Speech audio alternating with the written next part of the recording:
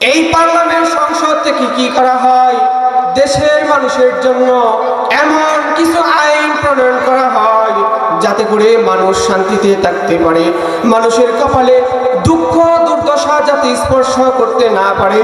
এই জন্য এই পার্লামেন্টের মধ্যে, এই সংসদের মধ্যে শুরা করা হয়। এটার নামই হচ্ছে সূরাতুশ শুরা।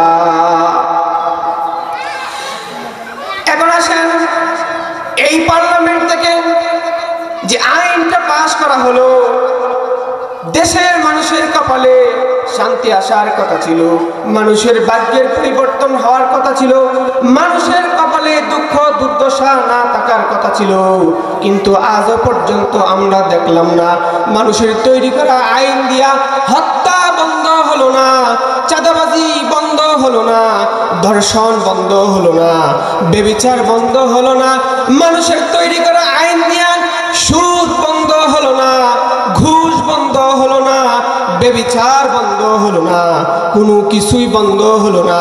তার মানে বোঝা গেল মানুষের তৈরি করা আইন দিয়া কিয়ামত পর্যন্ত এই বাংলার জমিনের মধ্যে শান্তি আনা সম্ভব নয়। কথা বলেন ঠিক কিনা? তাহলে কি করতে হবে? এই সংসদের মধ্যে, এই পার্লামেন্টের মধ্যে এমন একটা আইন পাস করতে হবে, এমন একটা শুরা করতে হবে যাতে করে মানুষ একেবারে ঘরের দরজা খুলে ঘুমাবে, কোনো চোর থাকবে না, কোনো ডাকাত থাকবে না, কোনো দুঃখ দুর্দশা থাকবে না।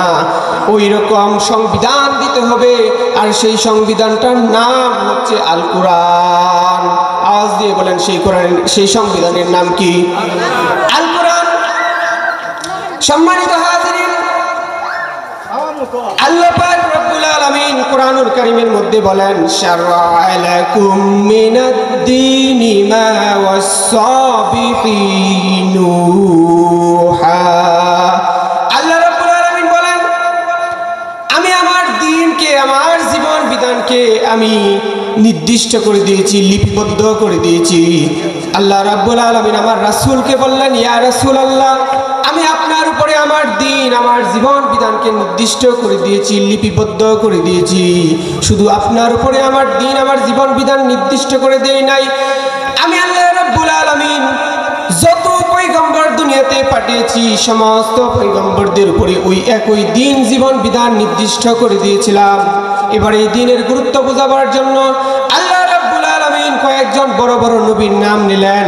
এর মধ্যে আল্লাহ রাব্বুল আলামিন বললেন, আমি আমার পয়গম্বর হযরতে নূহ আলাইহিস সালামের উপর আমি আমার ওই দ্বীন, জীবন বিধান দিয়েছিলাম। আমি আমার পয়গম্বর হযরতে ইব্রাহিম আলাইহিস সালামের উপর ওই দ্বীন, ওই জীবন বিধানকে দিয়েছিলাম। আমি আমার পয়গম্বর হযরতে ঈসা আলাইহিস সালামের উপর ওই দ্বীন, ওই জীবন বিধানকে নির্দিষ্ট করে দিয়েছিলাম। আমি আমার পয়গম্বর হযরতে মূসা আলাইহিস সালামের উপর ওই দ্বীন, ওই জীবন বিধানকে নির্দিষ্ট করে দিয়েছিলাম। এই রকম ভাবে যত পয়গম্বরকে আমি দুনিয়ার জমিনে পাঠিয়েছিলাম সমস্ত পয়গম্বরদের উপরে ওই একই দ্বীন, ওই জীবন বিধানকে আমি নির্দিষ্ট করে দিয়েছিলাম। সুবহানাল্লাহ।